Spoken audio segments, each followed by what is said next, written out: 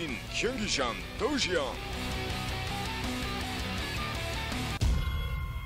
All right, so here on the top left-hand corner of Antigua Shipyard, we have our yellow Terran player hailing from Team Empire. He is Beastyqt, and his opponent in the bottom right-hand corner is our blue Terran player from the Team NSHoSeo. He's already taken out one member of Empire. He is Sting. Yeah, and I gotta say, Sting has been playing really solid this entire team league. I've got a feeling this is going to be the next Terran to kind of come out of NSHoSeo and start to win some games on a major stage. So I'm really curious to see if he's going to be able to qualify for Code A next season. It's going to be neat. Well, it's nice to see people going from a music career over to a StarCraft career as well. So that's right. You know, yes. He did retire. Yep. He was on the police for a long time. That's he had true. a great solo career. Roxanne, but now you're not going to get me to sing it. Sorry. Right now, it's back to StarCraft 2 for him. Yep. Anyway. Okay, so he'll send an SOS to your heart. That's right. So Sting deciding to go with Refinery first. Gonna put up that gas, and it looks like Beastyqt is waiting on his barracks. A little bit of difference in the build so far, but nothing too out of the ordinary from what we've seen from TBT recently. Yep, both these guys looking like they're probably going to wall off.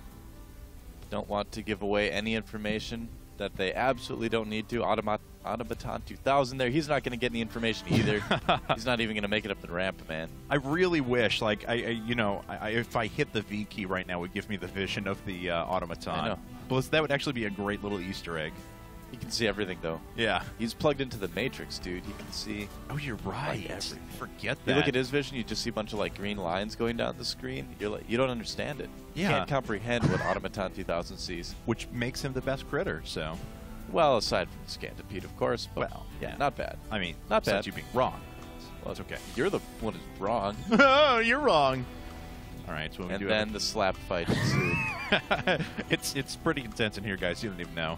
That's right. All right. Sure. See the Reddit threads now. Do Doe and Cast Pajamas hate each other?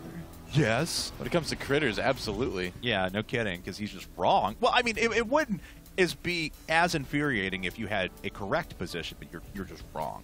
No, I'm sorry, man. I mean, I've never met someone so delusional when it came to neutral creatures in a game before.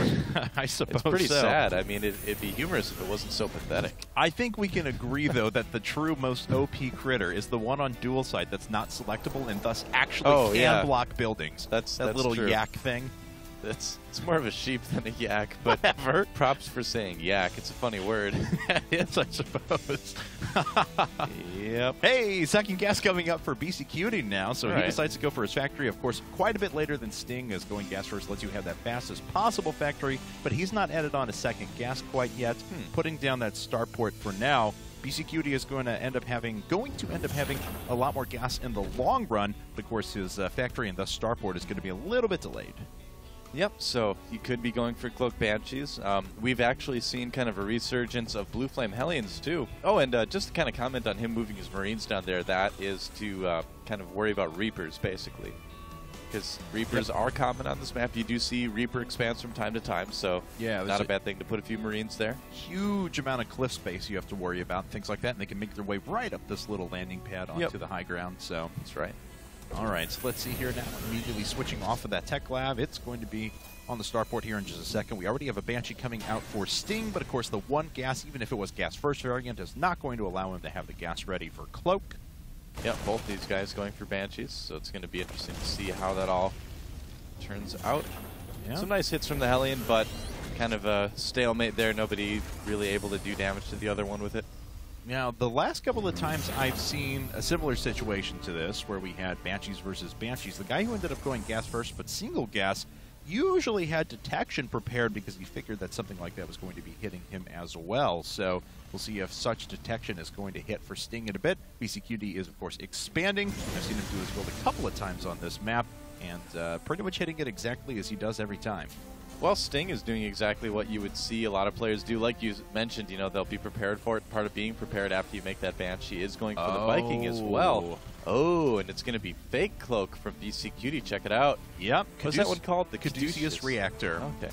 And that way, if that scan, that 630 scan you get from Terran players, if that hits, it looks like the Tech Lab is researching, but in fact it's not. But this is a pretty powerful push out of Sting. Yeah. Anyway, you wanna label it, as we do have the supply depot going down. Banshee sitting now, giving vision to everything on the high ground. A couple of SUVs out to buffer some damage as well. But this Banshee is not really going to run into that much anti-air. Most of the Marines are going to go down. Is Sting reinforcing with any more? No, that's another Hellion coming up, so he will eventually be able to win this war of attrition, but he may take some losses in the meantime. Actually, both of the supply depots in the front going down. I'm a little bit surprised he didn't at least just try to run around behind the mineral line and kill some SCVs. I mean, if you're going to go all the way into the base, you might as well try to do something, because as it is, he didn't really kill a whole lot with that, so he will be a little bit behind here.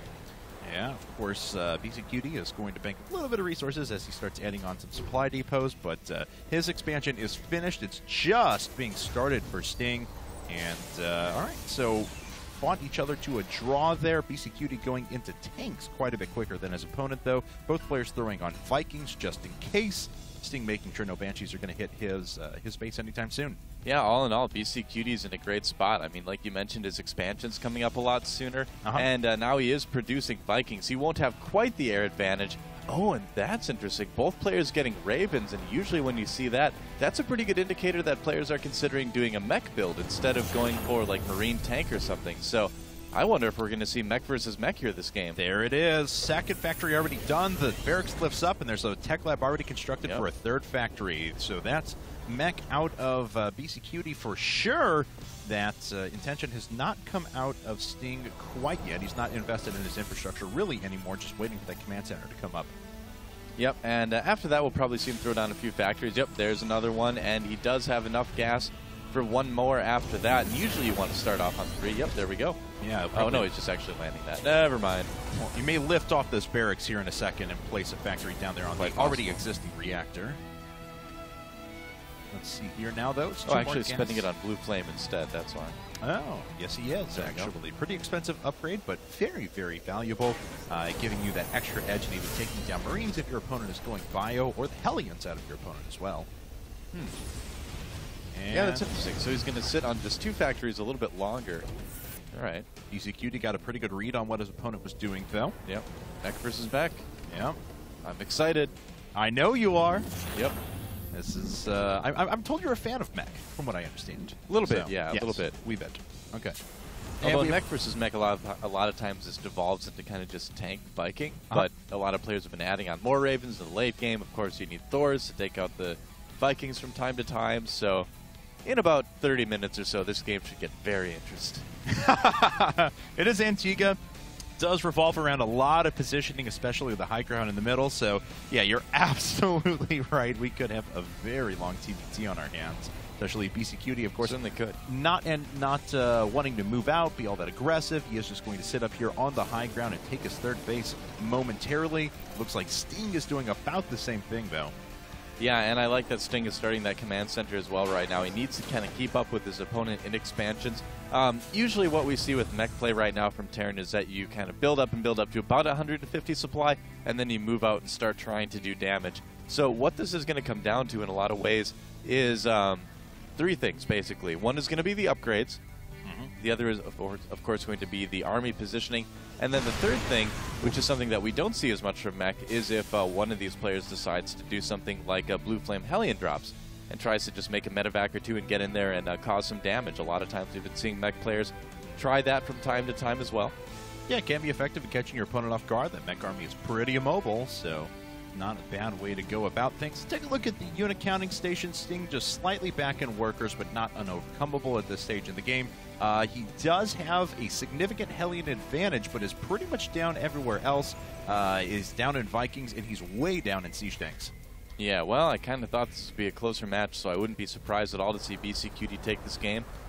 Both of them having a pretty strong air support right now. Air army, what? Yeah, Air Force, definitely. So let's go ahead and see here now as BCQD, he's moving out a little bit further, now needs to start taking this ground so he can secure his third.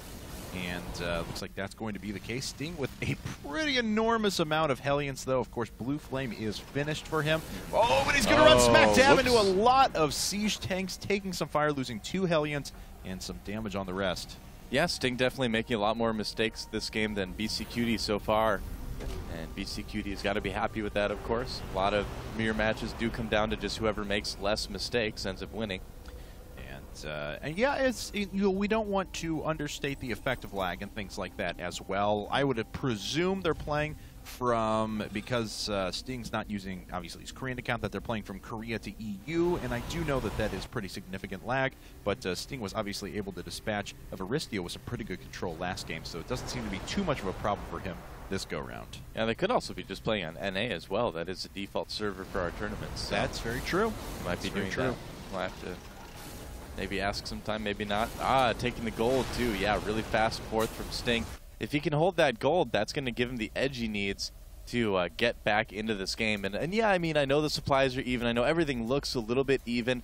But Sting, you know, despite that, is a little bit behind here. And taking this gold is a very bold and cool thing to try. Yeah, I mean, because if he pulls this off, even for about 3 or 4 minutes in-game, he is going to be in a fantastic position. And maybe even more importantly than that, he now has control of this high ground in the middle of the map that's so hard to try and break against an entrenched mech army. Yep, BCQT might have to start really considering things like Blue Flame Hellion drops or some sort of harassment that he can do against his opponent. In fact, he is getting Cloak right now and making Banshees. So yeah, he realizes, he's like, all right, I can't break Sting right now, but I can start making Banshees and just start harassing him and then hopefully get a little bit of lead that game. Oh, big air fight in the middle of the map, though. Yeah, a couple of point defense drones have gone down, but this Viking advantage is great. It's just staggering for BCQT. Yeah. The Air Force for Sting was actually way out of position, and all of a sudden, just on the back of a couple of Banshees, Sting has lost complete control of the middle of the map. Yeah, Sting may have lost complete control of the rest of this game, honestly. I mean, the Viking count's so far ahead. His Raven getting a little bit low, but with 3 Banshees like that, too, he is in such awesome shape right now. Sting hardly has any anti-air at all. Yeah, what a smart decision. He's going to be able to deny that gold very, very well. BCQT getting pretty far ahead with that Air Force, but bye-bye Command Center. That's not going anywhere, especially with those Vikings overhead. Yeah, no kidding. It is most certainly dead. And that gold expansion, that risk that Sting took did not pan out at all. No. And now suddenly, now he is genuinely way behind. 60 supply behind, but also hugely behind in economy as well. While SCVs, they're just going to try to repair anything, I guess. Didn't work out though that time. Whoa, that Thor really close to splash damaging a ton of clumped up Vikings, but unfortunately not going to be the case. And it looks like Sting is about to lose his 4th as well, and that could seal the deal in this game. Yeah, it certainly could. Yeah, it looks like the rest of those Hellions are going to fall in pretty short order. A couple of tanks in pop-up mode. He's down to 77 supply. And it looks like BCQT is going to take back this game. There's the GG, and Empire ties it up 1-1. Yeah, really, really nicely played by BCQT. He just played a lot safer than Sting did. Sting took a few risks here and there.